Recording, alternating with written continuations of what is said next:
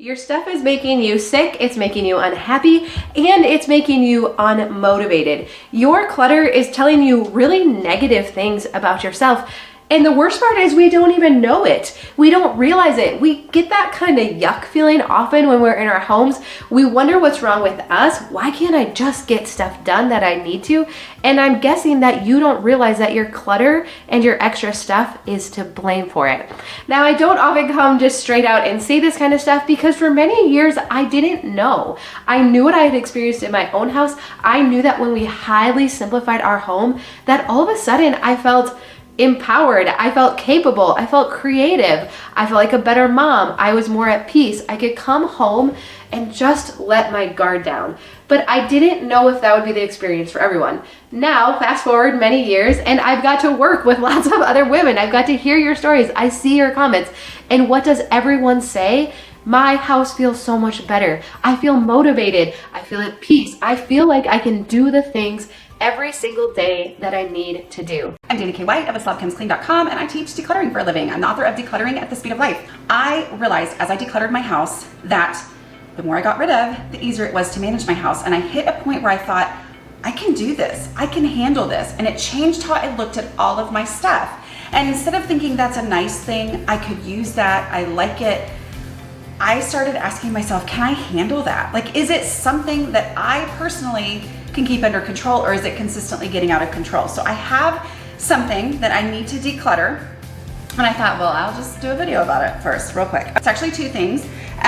First is this spoon rest. There's irony involved in this spoon rest, and the irony here is that I'd written a blog post years ago about getting rid of a spoon rest because I just realized I didn't like it. Like, it for some reason never occurred to me to stick it in the dishwasher after I had used it and then it was dirty, or even if it was clean, it got like, you know, kitchen dirty, like just kind of everything needs to be cleaned all the time. And it wouldn't occur to me, and then I would be like, well, I don't want to put my spoon on that because it's kind of grimy. And so then I wouldn't, and I would get out just a regular, I'm pointing at the cabinet where they are, just a regular little small plate. And I would just use that to put my spoon on. And that always occurred to me to go in the dishwasher. And I realized I need to get rid of my spoon rest. And then I think about a month later, my mom gave me a new spoon rest. And it's been years, and this is really pretty. And I was like, oh, but she gave it to me. Oh, I finally realized in my new home, what I should have realized a long time ago, where I think this was actually in a cabinet somewhere, a spoon rest is above my clutter threshold. It's better for me to just use an unfancy, uncute little plate for that. Along those lines is this. I love this. I think I might have gotten it at a garage sale. It looks like it should be very helpful. And when we moved into this house, I thought, oh, okay, that'll be a nice little thing to set things on. I think I had like, I don't know, fruit on it or something at some point. But what I found was it just kept getting moved around and it never really got used very well. It would get dirty, and then I would think, oh, I've got to clean, I've got to stick that in the dishwasher when I've got all these other things I'm actually, and I finally realized, wait a minute, I don't have to have this in my house. It's nice, I like it, it's my favorite colors, I think it looks pretty in my kitchen. I don't need it in my house because it's more hassle than it's worth. It's over my clutter threshold. So I've gotten rid of those two things.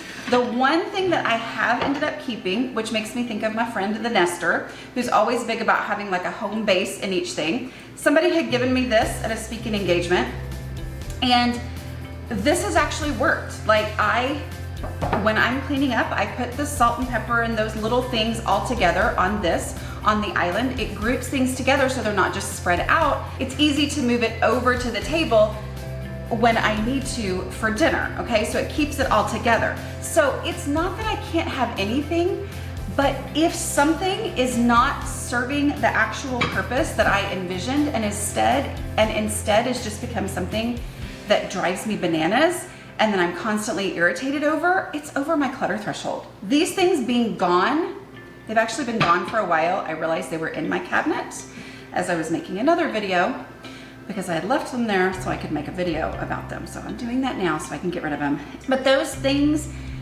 not being on this island for a while just makes the whole island stay neater, because as long as there are little random things that kind of just get shifted and moved and don't have real purpose like this one does, other little random things just appear.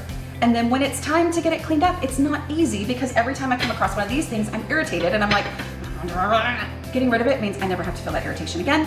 It's just gone, it's done. And we've lived without these for months and I've been fine. So what's over your clutter threshold? I'd love to hear. Yay, thank you. Ugh, messy bedroom. Messy bedroom. You wanna help me? Put that table back. Okay.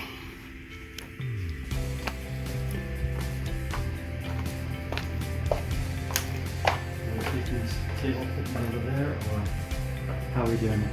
Yeah, we can put it, that table over there and put the shelf here. We're gonna get rid of that once I get this out. Yeah. So, Just confirm. do we want to put this over here right now? That's what I did. Okay. You wanna clean it up? Yeah. Matt's gonna hang it. Yeah, he'll be home in a second.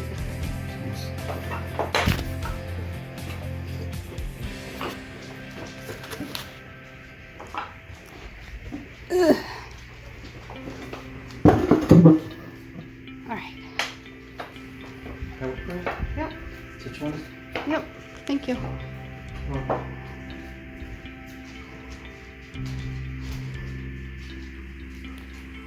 All right, let's clean this up in hyperspeed. Let's go. Huge, like mega huge, organizing mistakes that you are probably making. The first big organizing no-no, don't try to organize your entire space all at once. You do want to organize one small project at a time.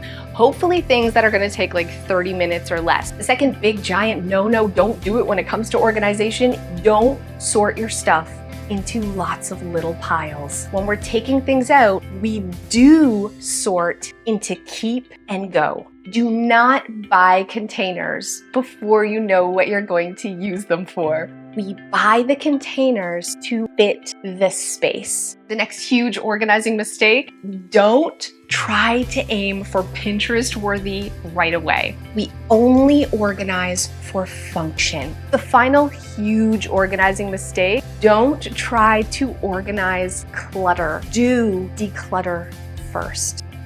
I heard a story once about a man who stopped to visit a farmer, and they were sitting on his front porch sipping their iced tea, and the farmer had a dog laying on the porch next to him. Every once in a while the dog would let out a yowl and a whimper and wiggle and adjust, and they continued visiting, but the dog kept doing this. So finally the man asked, "What is wrong with your dog?" And the farmer said, "Well, there's a nail that sticks up on the porch right there and it jabs him." And the man asked, "Well, why doesn't he just move?" And the farmer replied, "Well, it doesn't hurt that bad." And there we have it.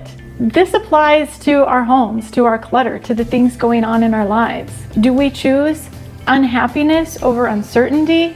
Well, none of us would say, yes, we do. But yes, we're unhappy with our chaotic surroundings. Yes, we're unhappy with the way that we spend our time. We're unhappy in unhealthy relationships or abusive relationships, but we know what to expect. So there's a little bit of certainty there. And oddly enough, we find comfort in the certainty, even though it's bad certainty. Change is uncomfortable. It's not bad. We all know it's not bad. It might be the best thing ever. But when changes start taking place, we don't always know what will come next, and we get anxious. There's a lot of fear there. There's a lot of fear in getting rid of our perfectly good stuff. It just seems easier to stay put, to stay in these uncomfortable situations, to stay in a home surrounded by all this stuff, simply because we know what to expect. So I challenge you, you know what you have been putting off. Take a step. Take a step in the direction of dealing with it. Maybe that means making some tough decluttering decisions, but whatever it means for you, take a deep breath, pray for wisdom, and take a step towards that change. Let there be light.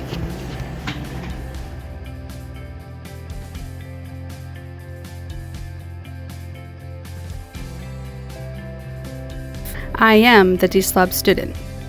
Thank you so much for watching. Have a great day. Check out these other videos that I recorded. Super proud of these too.